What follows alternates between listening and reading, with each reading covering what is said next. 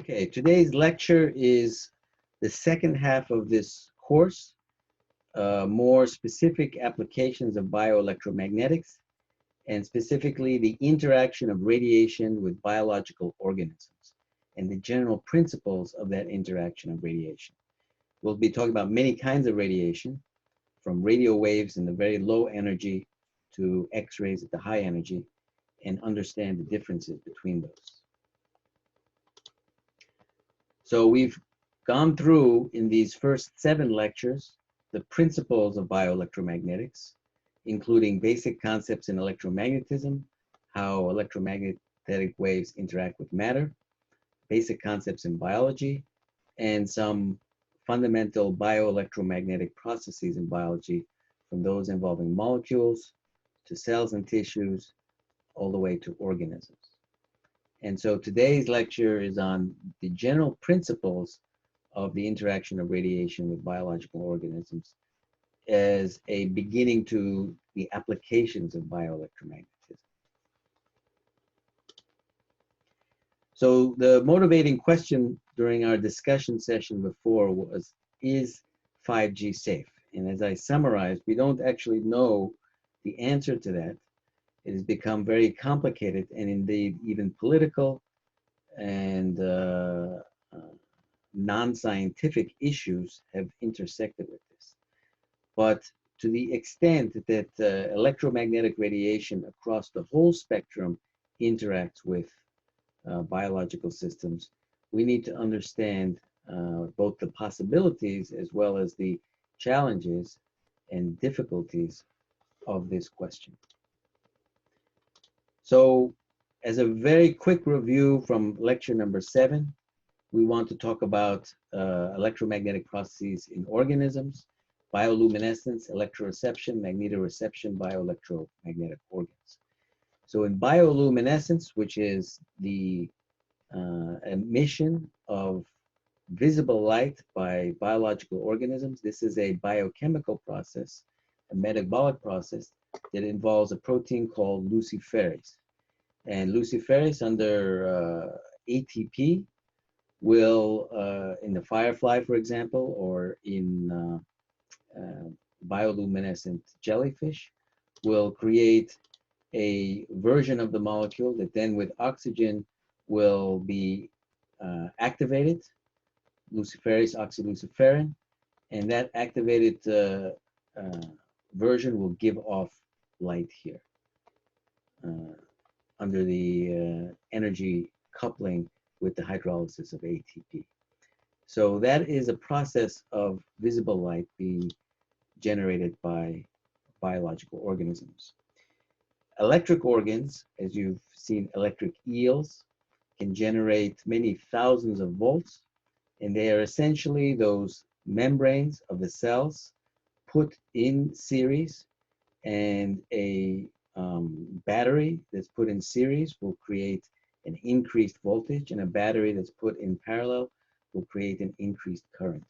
So this is the neuron with the membrane, with the potassium high inside, the sodium high outside. And so you have basically a separation of charge, which is a battery. Each one is about minus 75 millivolts or so, minus 75 millivolts. So 2 of them is 150 millivolts in series, and 4 of them is 300 millivolts in series. And if you add all of these in series, you can get thousands of volts over the course of a whole eel. If you put the batteries in parallel, you keep the voltage the same, but the current will add up linearly.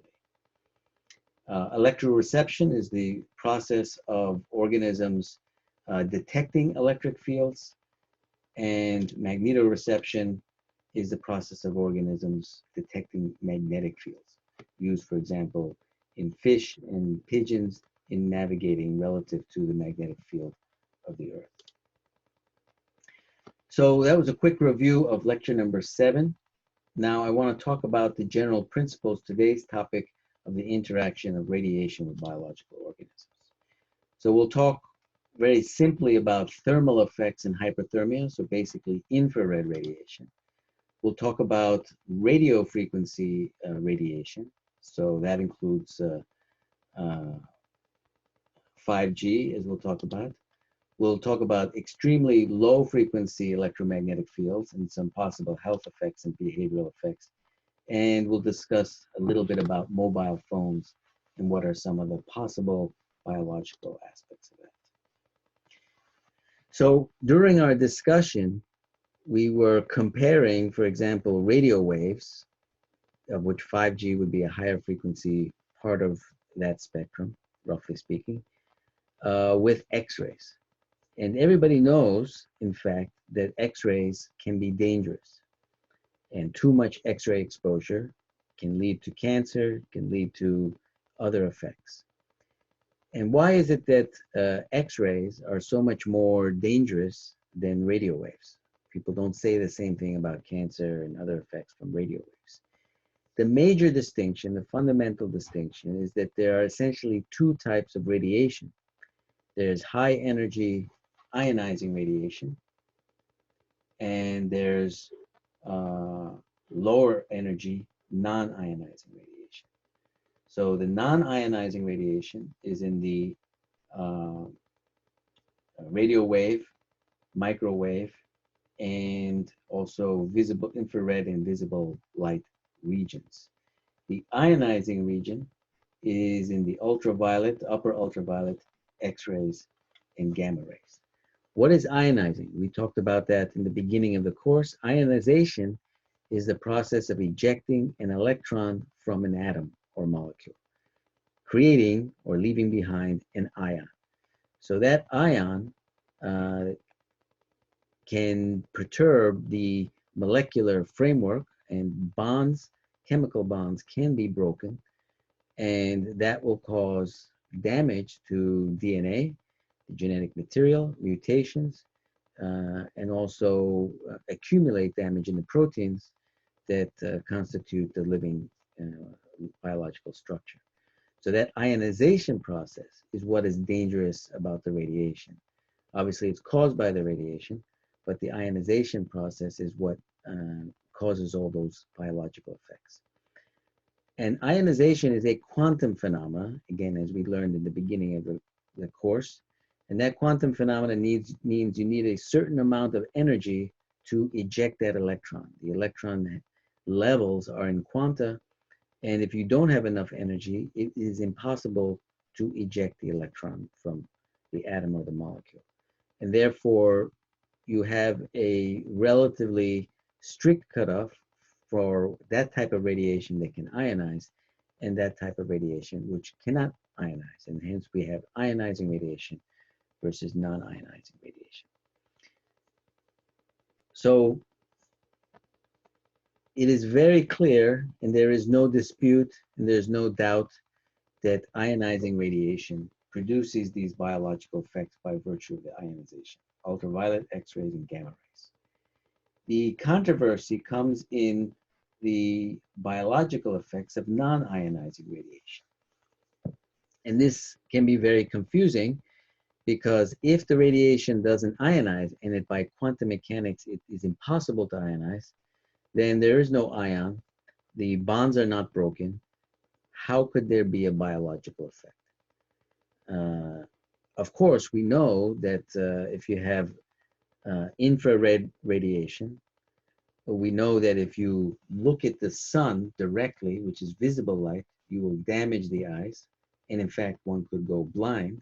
So we know that there are biological effects of non-ionizing radiation.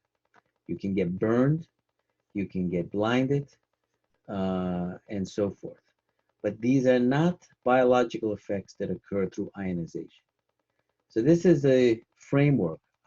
Ionizing radiation will have an effect on biological systems through a physical mechanism, and non-ionizing radiation will have their effects on biology, if they do have effects, through a non-physical or biological mechanism. So that's, I should clarify that. Through a physical mechanism, through what's called thermal effects and a non-physical mechanism, which we call non-thermal effects. So the thermal effects will induce high currents in radio circuits, and the non-thermal effects will induce low currents. And we'll talk about the biological effects of that. So near infrared light, if we look at sunlight, sunlight peaks in the ultraviolet, but as we also mentioned, there's also sunlight in the ultraviolet, and there's sunlight also in the infrared, and that's the heat that we feel coming from the sun. And this is approximately what's called a black body, and the spectral shape of a black body, or the distribution of frequencies of a black body, which is a radiation emitting object, has this particular shape where it peaks at some value and then tails off at lower frequencies. And it turns out that sunlight follows approximately this spectrum. So ultraviolet light, visible light, and infrared. So thermal effects of non-ionizing radiation will have biological effects. People can be burned by very intense infrared radiation. They don't have to touch something, or they don't have to put their hand in a flame. If it's a hot enough object with infrared, that will burn them. So what is hyperthermia? And what are the biological processes? The first one is actually protein damage. The proteins that we talked about in the body will undergo oxidation. With the heat, the reactions will occur faster. Catalytic constants will go down, so kinetics is more rapid. Proteins can also aggregate. We know that eggs, for example, when you boil them, will undergo a transformation to aggregate, and denature. Denature means the protein loses its shape and function. So the primary method is of hyperthermia is to directly cause protein damage. A secondary possibility is by increasing the metabolic rate, you increase the generation of reactive oxygen species. And this is actually very interesting because those reactive oxygen species can produce some ionization. We saw that in radiation therapy, which we'll talk about in more detail later. But in radiation therapy, there is the direct effect of X-rays or gamma rays to cause mutations through breaking bonds. And then there's also the indirect effect where they cause oxygen radicals to then ionize other molecules. So with infrared radiation, even though technically it's non-ionizing, we can have some ionizing effects that occur through a chemical process, then affect the biological molecules. So direct damage of hyperthermia on proteins, and also indirect via reactive oxygen species.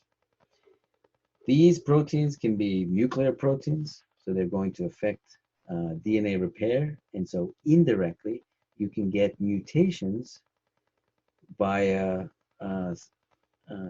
intense long-term hyperthermic effects, because the DNA normally repairs, and if that repair process is inhibited or impaired, then you have an increased chance of mutations. So the infrared radiation, the heat, is not directly ionizing the DNA. It's not directly causing the mutation, but it's affecting the biological process of repair. So in effect, you can have more mutations. So that's a very subtle difference. From a physics standpoint, if I put my physics mind into it, I'll say infrared radiation can never cause cancer because it's not ionizing. And by quantum mechanics, we know that it alone cannot be ionizing. But if you are intersecting with a biological system, which is managing, controlling, repairing DNA mutations, and if that process becomes inhibited, then in effect, you can create more mutations, not directly, but indirectly. Those proteins are also involved in cell proliferation or their growth. And so you can have problems with mitosis, the division of these cells. And then you have damage also to the membrane. And the membrane, as we said, is extremely important for transport of matter, for transport of information, namely signal transduction. So that hyperthermia can cause damage to the tissues. Now, what's interesting about radiation is that this negative aspect of this heat can actually be used for a positive purpose. So in hyperthermia, we typically are avoiding this sort of heat, but if you can create heat in a very focused area, you can use it to kill cells, but not in a bad way, but to kill cancer cells. So these tumor cells can die through apoptosis, which is the programmed cell death. The cell realizes something wrong and it goes into a process of essentially suicide and killing itself under low heat dose, or you can have direct cell death, destruction of these various functions with a high heat dose. So radiation has these two sides. It can be dangerous, but we can use it for a therapeutic purpose. So we can use, in this sense, hyperthermia for therapy. So if we want to kill these tumor cells, we can use radiation therapy directly. We can use chemotherapy, but we can also use hyperthermia to heat up those cells. So for example, radiofrequency ablation will have a needle and the radio waves will be at a very high intensity. And people say radio waves are safe. We have it all around, 5G, 4G, 3G. These are all radio waves, AM, FM. But if it's intense enough, it will interact with the matter, create more movements, and that creates heat. And that heat, or hyperthermia, is what then can cause cell death. So it's very well established that non-ionizing radiation can have biological effects.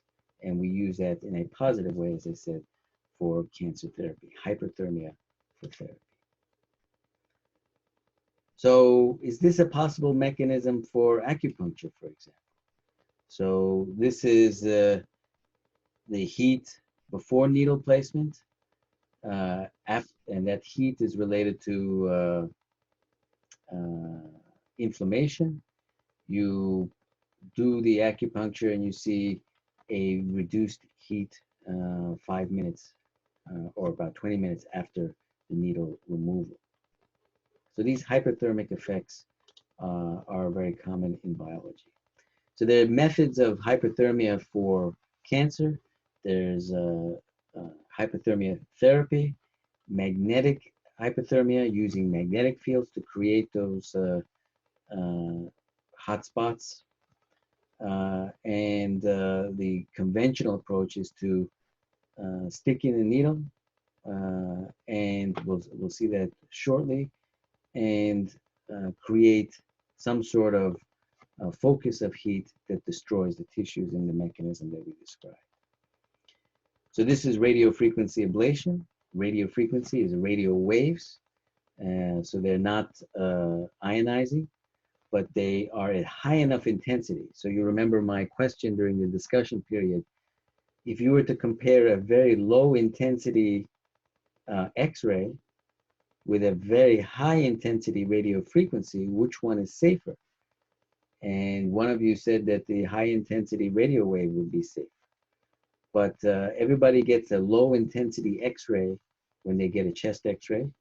I'm sure all of you have had one chest X-ray in your life at some point, perhaps. And that low intensity chest X-ray has almost zero chance of any biological effects. Of course, if you have many of those X-rays, or if you're over a huge population, or if you have some sort of issues and some genetic disorder with DNA repair, perhaps there is a risk, but in general, it's extremely safe. But if you stick this needle in that has a very high intensity radio frequency that is burning this tissue through the transfer of energy into the hyperthermia, then that is, of course, not a safe situation. It's very dangerous for these cancerous tumors, so we can kill those cancers. So that's a little bit about radio frequency and hyperthermia. So we also have electromagnetic fields, extremely low frequency, which are considered extremely safe as well. So again, this is the electromagnetic spectrum. We have the non-ionizing, and then we have the ionizing radiation. So ionizing are the medical X-rays, the gamma rays, the cosmic waves. As you can see, they are high frequency, high energy, and then ultraviolet, especially the hard ultraviolet here. And the non-ionizing is the visible, infrared, microwaves, radio frequency. So this low frequency ELF are things like the Earth, AC power, which is 60 hertz, 60 cycles per second, CRT monitors, mobile AM, FM, which are in the kilohertz region, approaching megahertz. And then we have the cell phone frequencies, which are in the gigahertz, up to close to the microwaves. We get into hundreds of gigahertz. And then beyond the microwaves, between the microwaves and the infrared, is the terahertz region. So 5G is around here. This region, the major question is, what are the biological effects in this region here? So we talked a little bit about the heating effects in infrared and the radio frequency that causes heat. Now let's talk about the non-thermal effects. So what are the major sort of interactions? We call these interactions dispersions in biological tissues. So we have what's called X-type dispersions.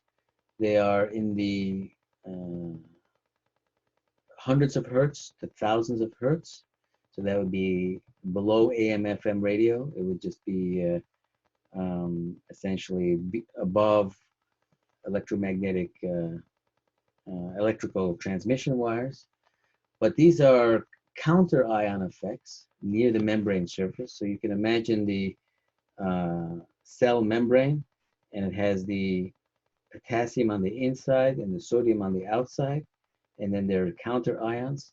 So with these very low frequencies, you can imagine some changes in which have been documented in the distribution of these ions around these cell membranes. So active cell membrane effects, gated channels, intracellular structures, ionic diffusion across these membranes, and some dielectric losses. Because of these frequencies, it lowers the conductivity of these membranes. So these are very subtle effects, very difficult to pick up, but they will increase in intensity. So it's one reason why electrical transmission wires, people don't have houses underneath them, the very high voltage, high intensity transmission wires. And there's some space around them because it's the intensity of these can potentially have some of these effects. Then we have what are called beta type dispersions when we get to higher frequencies. These are passive cell membrane capacitance, changing the capacitance of the membrane and also of the intracellular organism or membranes, the organelles intracellularly, and some potential protein molecule response.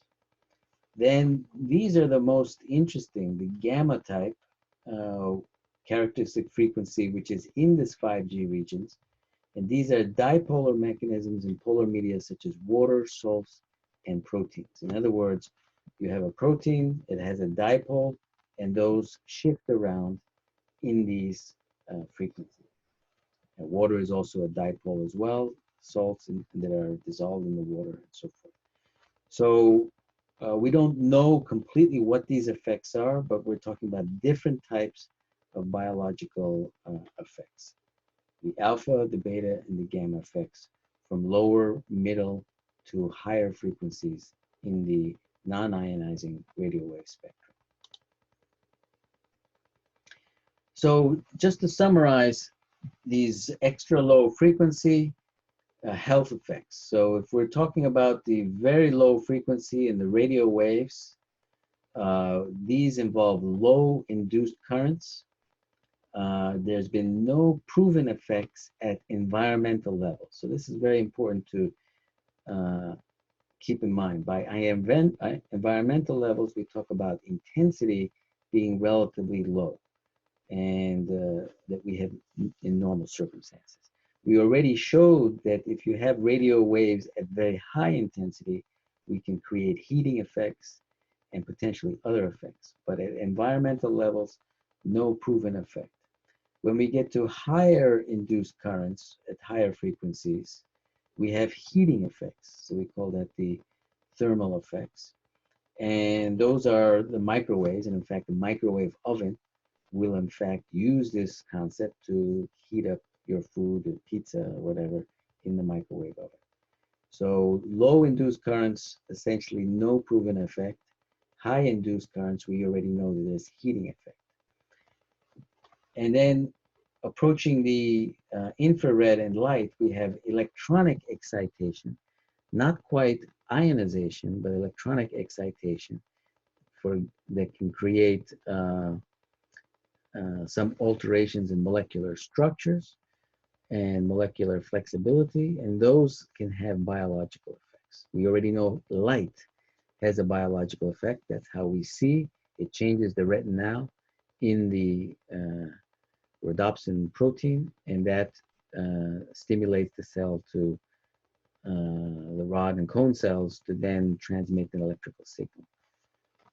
And then finally, as I mentioned, we have ionizing radiation, where we have directly broken bonds due to the ionization and DNA damage. So this is an overview of all of these biological effects. So just a summary of some of the biological effects that have been observed with some of these low frequency radiation. So we're talking about here is low frequency, low induced currents. So there have been some DNA molecules in the brains of laboratory mice split. Some randomly suspended particles like fat globules, E. coli, seem to align with each other in the direction of the electromagnetic field. It's not necessarily a bad effect, but there has been some studies observing that. Non-spherical particles, which like a tube, like E. coli, line up perpendicular or parallel to the electrical field, depending on the frequency. So there's definitely an orientation of these organisms. There's movement of particles that we've seen altering the natural shape of cells, some cell death from membrane damage, and also observed cell fusion. This is a firefly model of learning, and this is the proportion of learning of a certain task, and the control shows a higher proportion and less achievement of learning with higher intensity radiation of electromagnetic medium frequency fields. And 1 hour retention levels actually increasing with some of this radiation. So this is very equivocal, not entirely clear results. And if we look at mobile phones, we've also seen similar controversies. Some people talk about headaches, some people talk about impaired immune system, tumors of the hearing nerve, the vestibulocochlear nerve, some breaks in the blood-brain barrier, reduced melatonin, genetic damage, pressure, tingling, in the head, memory loss, brain tumors, DNA alteration. There has been nothing definitive, but there's been a lot of suggestion that there might be some possibilities of these from these radiation. They recommended not putting the phone for long periods of time near the ear.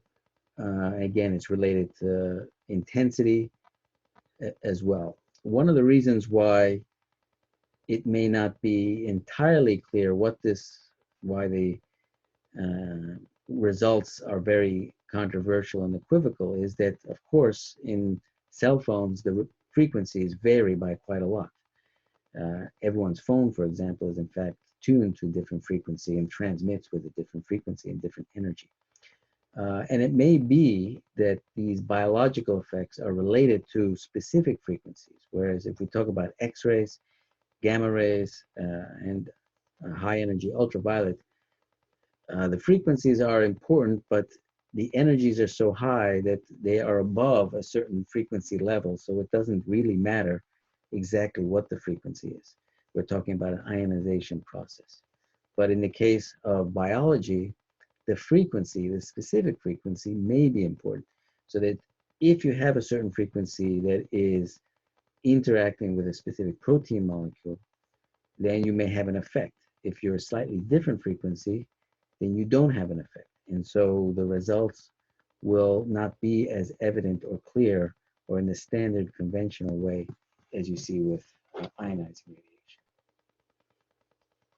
So this is a little bit of a hard to read chart, but these are some studies that show the power density and some reported biological effects and some various references, changes in brain waves, some motor function, memory, attention of school children, infertility in mice, increase in childhood leukemia, etc. Again, fairly high intensities and a wide variety of results, difficult to reproduce. This is also increasing specific absorption rate in some of the radiofrequency radiation hazards that have been reported. So based on this, this is why I said most people are not aware, there actually are standards for how much radiofrequency intensity is considered safe. So the IEEE standard for whole body radiation over 10 minutes is 0.2 watts per kilogram. And if you think about your average cell phone, the average cell phone puts out about one, maybe less, but it's about 1 watt. And so somebody is 60 kilograms or 50 kilograms or 70 kilograms. So 0.2 watts per kilogram, 60 times 0.2 is basically 12 watts. And so if you have your cell phone with you and it's less than 1 watt, that is within the 12 watts. On the other hand, if you're standing right next to a transmitter that is emitting a lot of this radiation, you're probably going to get more than 0.2. You're going to get more than, it's going to be more than 1 watt. It should still be less than this 0.2 watts per kilogram, but it will be at a higher intensity. The FCC in the United States, also IEEE, IEEE is a International Electronics Engineers, over 1 gram of tissue, cell phone to ear, is 1.6 watts per kilogram. And again, as I said, the usual cell phone is about 1 watt or less. So these standards are much higher than any typical cell phone will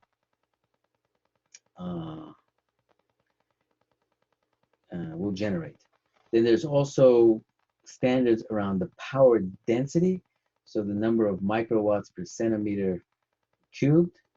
So for 800 to 900 megahertz cell phone signal standard, 579 microwatts per centimeter cubed. So again, as you take a 1 watt cell phone and bring it close to the ear, you'll get close to some of these power density limits. The 1997 PCS standard is about 1,000 microwatts, but it should be noted that these standards are with these lower frequencies. So as we approach the 5G, the frequencies are higher. The thermal effects will be higher, and potentially other biological effects. So this is an active area of investigation. Most of the results, as I say, indicate that, like most radio waves, at environmental levels, there are not effects.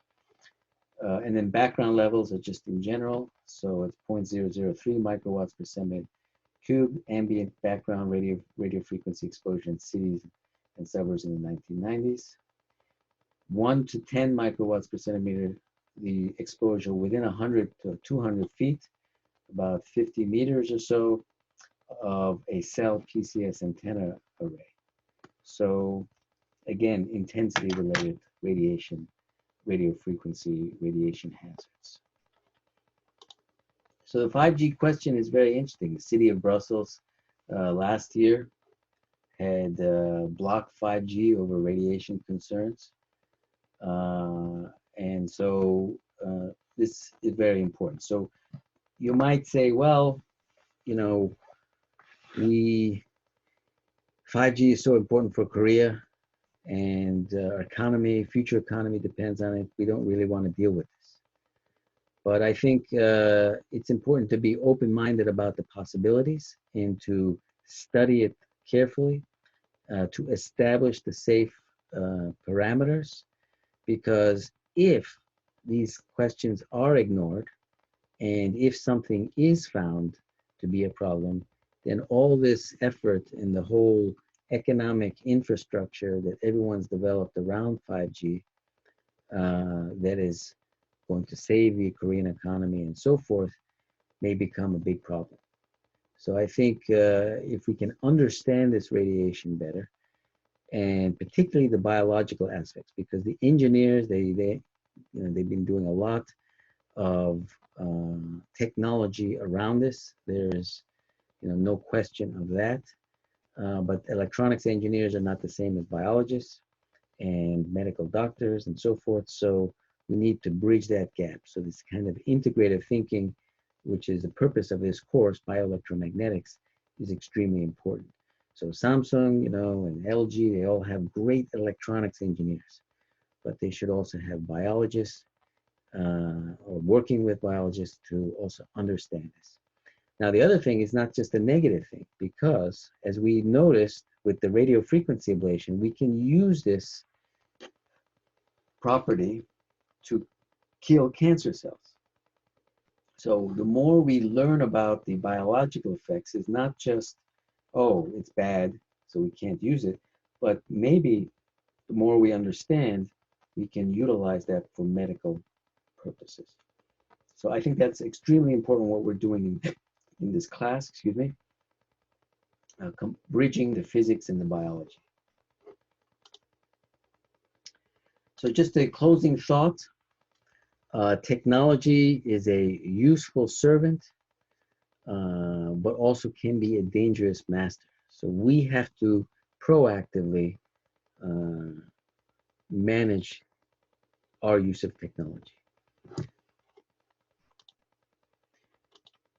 So we've done now these general principles of how electromagnetic radiation interacts with biological tissues. We will focus next week more on non-ionizing radiation. So we gave a little bit of overview of radiation in general, the ionizing and non-ionizing. We will focus next week on non-ionizing radiation in more detail and some of the applications of this. So in other words, this non-ionizing radiation, we know affects biological tissues. So we have transcranial magnetic stimulation, tumor treating fields, transcutaneous electrical nerve stimulation, electroporation-based transfer of therapeutics. These are all delivered through, these are all therapies related to non-ionizing radiation. And then the week after that, we will of course talk about ionizing radiation, which has a very long-standing role in medicine and biology. So I will put this question and send it out and put it on the Google Calendar for next week. And this will be due next Thursday, give an example of using non-ionizing radiation in medical diagnosis or therapy. So you can look it up, just give an example, write a couple sentences about that. And that will be the assignment for next time in preparation for that lecture. Give an example of using non-ionizing radiation in medical diagnosis or therapy. So any questions?